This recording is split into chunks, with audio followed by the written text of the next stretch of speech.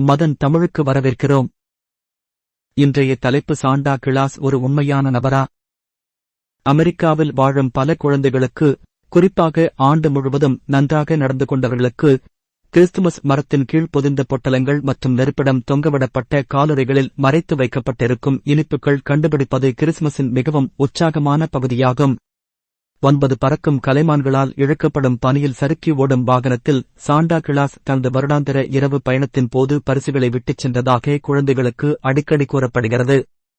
இந்த கதையை இத்தனை பேர் எப்படி ஒப்புக்கொண்டார்கள்?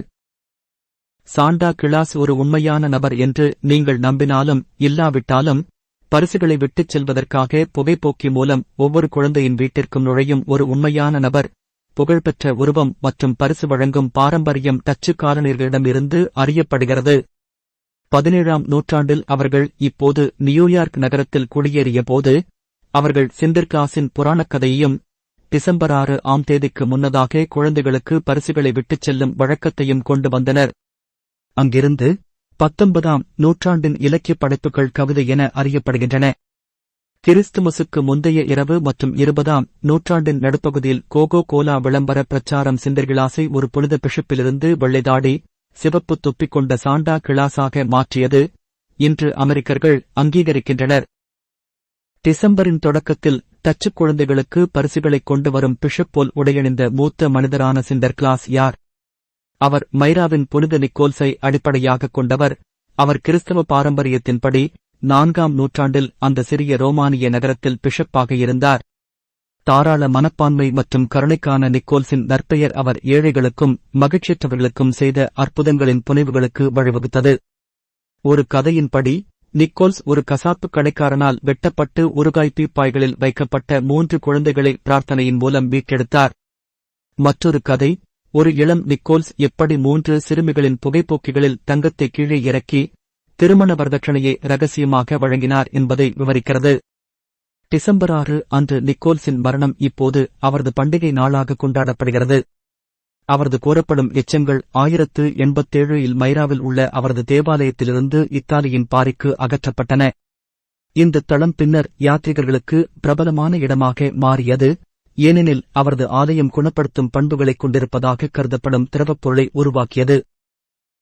செயின்ட் நிக்கோல்ஸைப் பற்றிய இத்தகைய கதைகள் 2வது மில்லினியம் முழுவதும் வளர்ந்து மற்ற மரபுகளுடனத்துடன் மற்றொரு செயின்ட் நிக்கோல்ஸின், சியோனின் செயல்களுடன் கலந்தனதனால் அவர் இப்போது சாண்டா கிளாஸைப் போல ஒரு புகழ்பெற்ற நபராக ஆனார்.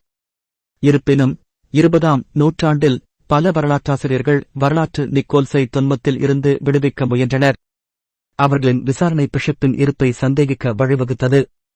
அவர் எழுத்துக்களை விட்டுச் சென்றார், சீடர்களும் இல்லை. அவரது பெயர் எந்த சமகால நூல்களிலும் குறிப்பிடப்படவில்லை. அவர் இறந்ததாக கூறப்படும் 200 ஆண்டுகளுக்குப் பிறகு ஆரம்பக் குறிப்பு, அதன் முதல் வாழ்க்கை வரலாறு சுமார் 300 ஆண்டுகளுக்குப் பிறகு எழுதப்பட்டது. அவரது இருப்பைச் சுற்றியுள்ள நிச்சயமற்ற தன்மை, புனிதர்களின் புத்தகங்களில் நிக்கோல்ஸ் பற்றிய திருத்தப்பட்ட பதிவுகளில் பிரதிபலித்தது. பல வரலாற்றாசிரியர்கள் செயின்ட் நிக்கோல்ஸ் வாழ்ந்ததாகவும், கருணை மற்றும் தாராள மனப்பான்மையின் பல செயல்களைச் செய்ததாகவும் கூறினர். அவரது வாழ்நாளில் ஆவணங்கள் இல்லாதது அவர் இல்லாததற்கு ஆதாரம் அல்ல என்று அவர்கள் வாதிட்டனர் மற்றும் புறக்கணிக்கப்பட்ட நூல்களை மறுபரிசீலனை செய்ய அழைப்பு விடுத்தனர். ஆரம்பகால இடைக்காலத்தில் அவருக்கு அர்ப்பணிக்கப்பட்ட தேவாலயங்களின் கட்டுமானம் போதுமான சான்று என்று மற்ற பக்தர்கள் வலியுறுத்துகின்றனர். 2017ஆம் ஆண்டு செயின்ட் நிக்கோல்ஸ் இப்போது அமெரிக்காவில் வைக்கப்பட்டுள்ளது. இடுப்பு எலும்புத் துண்டின் 4ஆம் நூற்றாண்டைச் சேர்ந்தது என்பது புதிரின் ஒரு அதிர்ச்சியூட்டும் பகுதியை வழங்குகிறது. சுவாரஸ்யமாக, பாரியில் உள்ள செயின்ட் நிக்கோல்ஸின் எச்சங்கள் இடுப்பு எலும்பின் ஒரு பகுதியைக் காணவில்லை. வாதங்கள் மற்றும் கண்டுபிடிப்புகள் நிக்கோல்ஸின் இருப்பை முற்றிலுமாக புறக்கணிக்காமல் இருக்க சில கட்டாய காரணங்களை வழங்குகின்றன. எல்லாவற்றையும் சொன்ன பிறகு, சாண்டா கிளாஸ் ஒரு உண்மையான நபரா என்பதை தீர்மானிக்க முடியுமா? பதில் நீங்கள் நம்புகிறீர்களா என்பதைப் பொறுத்தது. இந்த தலைப்பு உங்களுக்கு பிடித்திருக்கிறதா? தயவுசெய்து பகிரவும் மற்றும் கருத்து தெரிவிக்கவும். பார்த்ததற்கு நன்றி. தயவுசெய்து எங்கள் சேனலுக்கு குழு சேரவும்.